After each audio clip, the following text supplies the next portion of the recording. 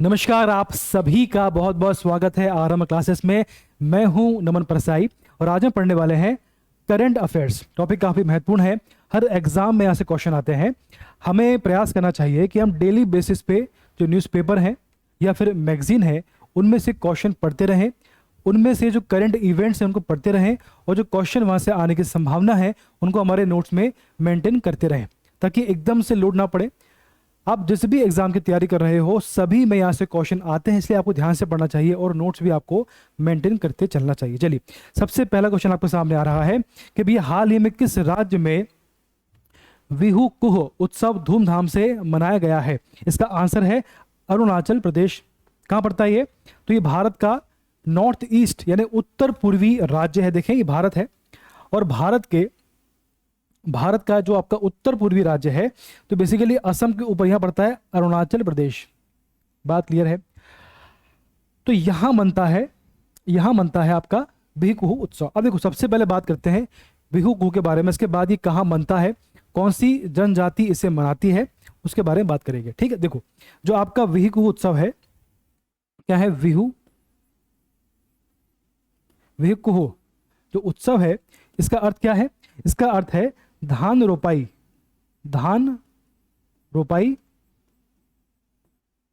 उत्सव। इसका शाब्दिक अर्थ है धान रोपाई उत्सव। इसका मतलब यह हुआ, ये जो उत्सव है इसकी शुरुआत धान के बीज को रोपने के साथ ही इस उत्सव की शुरुआत होती है। यानी इस उत्सव की शुरुआत में धान के बीज को बोते हैं, उसकी रोपाई करते हैं, इसके बाद ही इस उत्सव की शुरुआत करते हैं। इसका उद्देश्य क्या है? ये जो उत्सव मनता है इसका उद्देश्य क्या है? इसका उद्देश्य है श्रद्धा व्यक्त करना या प्रकट करना। किसके प्रति? भूमि के प्रति जिसने हमें जीवन दिया है, जिसके द्वारा हम जीवन यापन कर पा रहे हैं। तो बेसिकली ये जो बिहू उत्सव है इसका अर्थ है धान रोपाई उत्सव।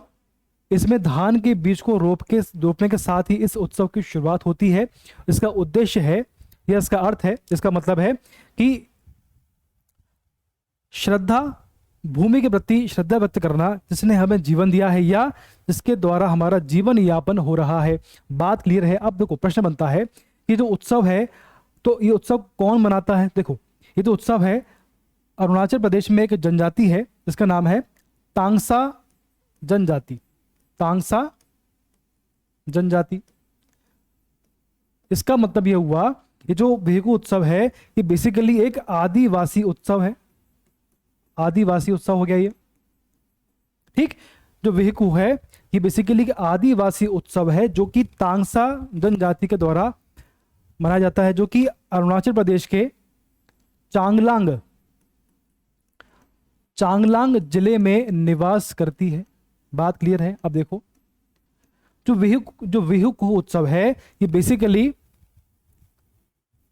अरुणाचल प्रदेश के तांगसा जो आपकी जनजाति है उसके द्वारा मनाया जाता है, जो कि चांगलांग जिले में निवास करती है अरुणाचल प्रदेश के। बात क्लियर है? इतना क्लियर है आपको? ठीक, तांगसा जनजाति का यह आदिवासी उत्सव है जो कि चांगलांग जिले में निवास करती है और कुछ हिस्से में ये म्यांमार में भी निवास करती है। यानी अरुणाचल प्रदेश वो छोड़ा, आपको जो म्यांमार यहाँ पे है, इन दोनों क्षेत्रों में निवास करती है, पूरे एरिया में निवास करती है। म्यांमार और अरुणाचल प्रदेश। जिला कौन सा है? चांगलांग जिला और म्यांमार। तो इसमें कंफ्यूज नहीं होना है, क्वेश्चन आपका प्री में भी काम का है और आपके मेंस में भी काम का है। ठीक, जिला कौन सा है, क्षेत्र कौन सा है, इसका अर्थ क्या है और क्या उसका उद्देश्य क्या है। बात क्लियर है? चलो आगे बढ़ते हैं। अब जो अरुणाचल प्रदेश है इसकी बात थोड़ी कर लेते हैं। देखो, ये भारत का मैप है, तो यहां पर जो है इसके उत्तर पूर्व यहां पड़ता आपका अरुणाचल प्रदेश। ठीक, बात क्लियर है? अब जो अरुणाचल प्रदेश की बात करें तो यहाँ की राजधानी क्या है? यहाँ की जो कैपिटल यहाँ की है ईटानगर। क्या है? ईटानगर यहाँ की राजधानी हो गई। ठीक, अब जो है यहाँ के जो गवर्नर कौन है, यहाँ के राज्यपाल कौन है? तो वो है आपके काई या के वाल्या के वाल्या त्रिविक्रम त्रिविक्रम पर नाइक, ये इनके गवर्नर है। क्या नाम है? केवाल्या त्रिविक्रम पर नाइक, वहां के राज्यपाल हैं। और अगर सीएम की बात करें तो इनके सीएम जो है वो हैं आपके पेमा खांडू। क्या है? पेमा खांडू यहाँ के सीएम है। क्लियर है? विधानसभा सीट की बात करें तो विधानसभा सीट जो है तो यहाँ पर 60 विधानसभा सीट है। कितनी है? 60। और राज्यसभा की बात करें तो राज्यसभा से यहाँ से 1 सीट है और लोकसभा से यहाँ से 2 सीट है। इतना क्लियर है? ठीक। ईटानगर केवाल्या त्रिविक्रम पटनायक पेमा खांडू मुख्यमंत्री, 60 विधानसभा सीट है, 1 राज्यसभा और 2 यहाँ से लोकसभा सीट है। इतना इसमें पर्याप्त। ठीक, ये क्वेश्चन आपका प्री का भी हो गया। चलो आगे बढ़ते हैं। अगला क्वेश्चन है, हाल ही में विश्व बैंक ने दक्षिण एशिया में अपनी पहली सड़क सुरक्षा परियोजना की शुरुआत किस शहर से की है? दक्षिण एशिया की बात हो रही है तो दक्षिण एशिया में एक शहर है, एक देश है बांग्लादेश, उसका ढाका शहर से इसकी शुरुआत हुई है। तो इसका आंसर है ढाका, जो कि बांग्लादेश की राजधानी है। ठीक, तो इन्होंने जो विश्व बैंक ने दक्षिण एशिया में पहली सड़क सुरक्षा परियोजना की शुरुआत ढाका से की है, जो कि बांग्लादेश में आता है। बात क्लियर है? अब देखिए, बात समझें।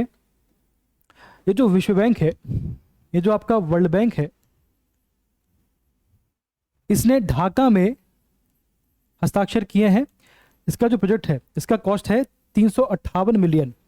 358 मिलियन जो है ये फाइनेंस करेगा, वित्त पोषण करेगा। इसका उद्देश्य क्या है? इसका उद्देश्य यह है कि जो राजमार्ग है, यानी जो हाईवे है, तो राजमार्ग में सड़क यातायात के माध्यम से, सड़क यातायात में जो दुर्घटना होती है, सड़क यातायात में जो दुर्घटना होती है और उससे जो मौतें होती हैं, जो उससे मौतें होती हैं, तो उन मौतों में 30% से भी अधिक कमी लेकर आना है।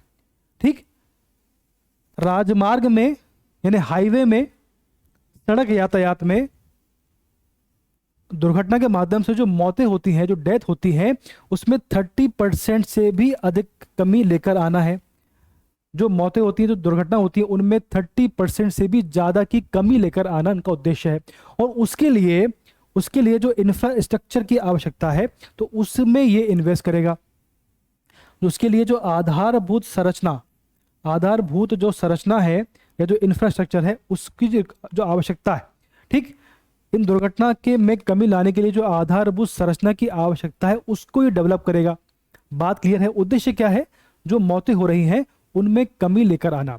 इस प्रकार का वर्ल्ड बैंक का ये पहला प्रोजेक्ट है, जिसके माध्यम से ये जो दुर्घटना है उनमें कमी लाना है, ताकि जो, और उसके लिए जो इंफ्रास्ट्रक्चर है उसको ये विकसित करेगा ढाका में। बात क्लियर है? चलिए आगे बढ़ते हैं। अब देखो, अब जो आपका वर्ल्ड बैंक है, आपका विश्व बैंक की बात कर लेते हैं। जो वर्ल्ड बैंक है, इसकी स्थापना की बात करें तो ये 7 जुलाई 1944 में इसकी स्थापना होती है। ठीक है, 7 जुलाई 1944 में इसकी स्थापना होती है। और इसका जो हेडक्वार्टर है वो आपका है वॉशिंगटन डीसी में, इसका हेडक्वार्टर है।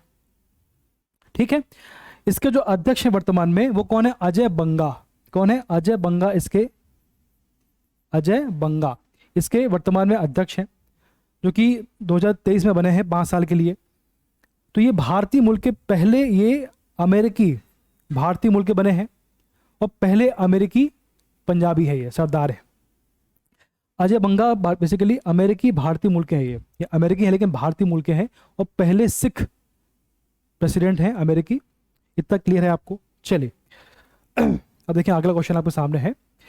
अब देखो, जो बांग्लादेश की बात यदि करते हैं हम लोग, तो ये आपका भारत है, और भारत के यहाँ पर ईस्ट में वेस्ट बंगाल आता है, यहाँ पर मेघालय आता है, इसके सेंटर में यहाँ पर बनता आपका आता है बांग्लादेश। यहाँ पर आपका आता है बे ऑफ बंगाल, यानी बंगाल की खाड़ी वो टच करता है। तो अगर बांग्लादेश की बात करें तो यहाँ की जो कैपिटल है वो है आपकी ढाका। ढाका यहाँ की राजधानी है। ठीक है, अगर आप बात करें जो प्रेसिडेंट हैं उनकी बात करें, जो प्रेसिडेंट है उनकी बात करें तो कौन है?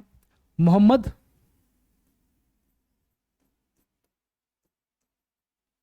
शहाबुद्दीन। शहाबुद्दीन यहाँ के, मोहम्मद शहाबुद्दीन यहाँ के प्रेसिडेंट हैं। और अगर पीएम की बात करें तो सब जानते हैं शेख हसीना। कौन है? शेख हसीना यहाँ की प्रधानमंत्री है। इसमें इसमें इतना पर्याप्त है। चलिए आगे बढ़ते हैं। अगला क्वेश्चन आपके सामने है कि भैया पहला जनजातीय खेल महोत्सव हाल ही में किस शहर में संपन्न हुआ है? इसका आंसर है भुवनेश्वर, जो कि उड़ीसा की राजधानी है। देखो ये आपका है पहला फर्स्ट जनजातीय खेल महोत्सव 9 से 12 जून में संपन्न हुआ है 2023 में। ठीक, कहां पर हुआ है? भुवनेश्वर में हुआ है। ठीक है, बात क्लियर है। अब क्वेश्चन बन जाता है कि ये किसने किया है, ये किसके द्वारा हुआ है? देखो ये जो खेल महोत्सव हुआ है ये बेसिकली ओडिशा सरकार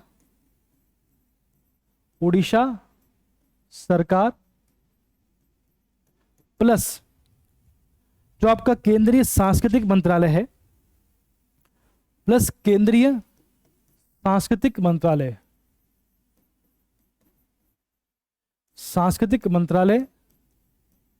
का ये संयुक्त प्रयास है। संयुक्त प्रयास, बात क्लियर है। तो बेसिकली ये जो महोत्सव हुआ है, खेल महोत्सव, ये उड़ीसा सरकार, उड़ीसा गवर्नमेंट और केंद्रीय सांस्कृतिक मंत्रालय का संयुक्त प्रयास है। इनके संयुक्त प्रयास से ये संपन्न हो पाया है। बात क्लियर है। तो इसका आंसर भुवनेश्वर है। अब देखें तो भुवनेश्वर की बात करें तो ये कहाँ आता है? ये देखो यहाँ पर मध्य प्रदेश है, इसके बाद यहाँ पर आता है आपका सीचे आता है, छत्तीसगढ़ आता है, और इसके नीचे यहाँ पर आपका आता है उड़ीसा, जिसकी सीमा लगी हुई है बंगाल की खाड़ी से, बे ऑफ बंगाल से। बात क्लियर है। अब देखो जो उड़ीसा की बात करें, यदि उड़ीसा की थोड़ी बात करें हम लोग तो देखिए जो उड़ीसा है तो यहाँ के जो मुख्यमंत्री, यहाँ के जो गवर्नर है वो आपके हैं गणेशी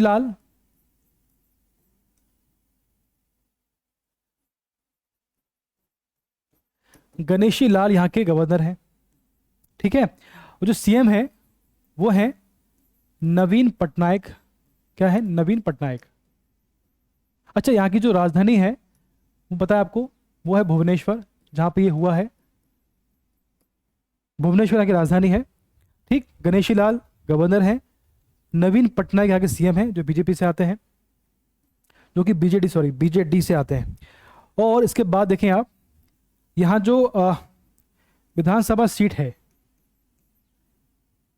विधानसभा की जो सीट है वो आपकी है 147।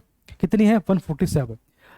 और जो राज्यसभा की सीट यहाँ पर है वो है 10, और लोकसभा से यहाँ से 21 सीटें हैं। ठीक, बात क्लियर है। तो यहाँ के जो मुख्य गवर्नर हैं वो गणेशी लाल हैं, मुख्यमंत्री आपके नवीन पटनायक हैं, बीजेडी से आते हैं। विधानसभा सीट 147 है, 147। राज्यसभा की 10 सीटें हैं और लोकसभा की यहाँ से 21 सीटें यहाँ से आती है। इतना इसमें क्लियर है। ठीक, लोकेशन आपको पता लग गई और पूरा इसके जो डिटेल है आपको मालूम पड़ गया। चलिए अब अगला आपको क्वेश्चन है कि भैया सिल्वियो बर्लुस्कोनी, क्या सिल्वियो बर्लुस्कोनी का हाल ही में निधन हुआ है? फिर किस देश के पूर्व प्रधानमंत्री हैं? इसका आंसर है इटली। ये जो है इटली के ये पूर्व प्रधानमंत्री हैं। ठीक, बात क्लियर है। अब देखो जो आपका इटली है उसकी लोकेशन देखें आप, सिल्वियो बर्लुस्कोनी इटली के पूर्व प्रधानमंत्री हैं। चलिए देखें, ये आपका आता है एशिया। ठीक है, देखो यहां पर एशिया है और इस साइड में यहां पर भारत होगा, ये एशिया है। ठीक है, और यहां पर जो है आपका, ये आपका यहां पर यूरोप है, यहां पर अफ्रीका दिख रहा है आपको, ये अफ्रीका है आपका, यहां पर अफ्रीका है, और अफ्रीका और एशिया के बीच में यहां पड़ता है यूरोप। तो यूरोप में नीचे यहां पर यह आपका पड़ता है इटली। दिख रहा है आपको ये पूरा, ये इटली वाला पार्ट है पूरा, यह पूरा आपका इटली है, ये पूरा इटली आता है। ठीक है, तो जो इटली है, इटली की यदि बात करें हम लोग, इटली की बात करें तो यहाँ की जो राजधानी है वो आपकी है रोम। राजधानी रोम है। अगर प्रेसिडेंट की बात करें तो वो आपके हैं सर्जियो मैटारेल्ला। क्या है? सर्जियो मैटारेल्ला यहां के प्रेसिडेंट है। और अगर पीएम की बात करें, पीएम की बात करें तो वो आपके हैं जॉर्जिया मेलोनी। जॉर्जिया मेलोनी, ठीक है, यहां की हो गए जॉर्जिया मेलोनी यहां की पीएम। ठीक, तो रोम यहां की राजधानी हो गई, सर्जियो मैटारेला यहां के प्रेसिडेंट हो गए, राष्ट्रपति हो गए, और जो पीएम है वो आपके हो गए जॉर्जिया मेलोनी। वो जो करेंसी है वो आपकी है यूरो। इतना इसमें पर्याप्त है। लोकेशन, राजधानी, प्रेसिडेंट और पीएम और करेंसी, इतना पर्याप्त है। चलिए अब देखें आगे इसमें। अब अगला क्वेश्चन आपका है अंतिम क्वेश्चन, किस राज्य सरकार ने हाल ही में पद्म पुरस्कार विजेताओं को 10,000 रुपए मासिक पेंशन देने की घोषणा की है? इसका आंसर हरियाणा सरकार है। तो यहाँ के जो मुख्यमंत्री हैं मनोहर लाल खट्टर, उन्होंने घोषणा की है कि जो भी हरियाणा राज्य के पद्म पुरस्कार विजेता होंगे उनको सरकार हर महीने 10,000 की पेंशन देने वाली है। इसमें इतना बात क्लियर है, तो आंसर इसका हरियाणा है। तो हरियाणा सरकार का निर्णय है कि हर साल हर महीने 10,000 की पेंशन देगी उनको जो कि राज्य के पद्म पुरस्कार विजेता हैं। इतना क्लियर है। अब देखो जो हरियाणा है, देखें इसकी लोकेशन देखें, यहां पर एमपी है, इसके ऊपर बढ़ेंगे आप, यहां पर आपका पड़ेगा यूपी। ठीक, यूपी है, यहां बढ़ेंगे आप तो हरियाणा, ये देखो यहां आपका पड़ गया। ये ऐसे बढ़ेंगे आप तो यहां पर एमपी, राजस्थान, हरियाणा। ठीक, तो जो हरियाणा है इसकी बात करें, जो आपका हरियाणा है इसकी थोड़ी बात करें हम लोग।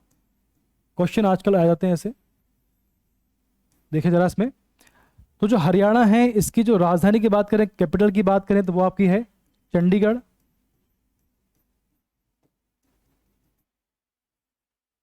क्या है? और जो आपके गवर्नर हैं, राज्यपाल की बात करें तो वो आपके हैं बंडारू दत्तात्रेय।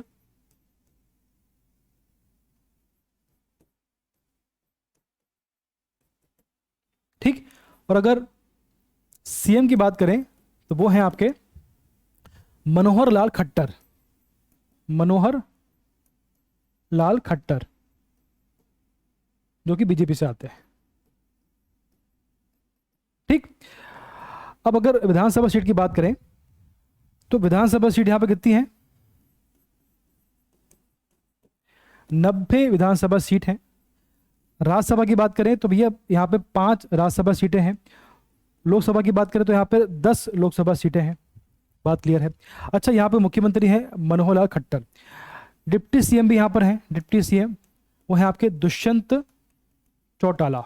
क्या है? दुष्यंत चौटाला। बात क्लियर है। 90 5 10। तो ये 5 क्वेश्चन पढ़े हैं।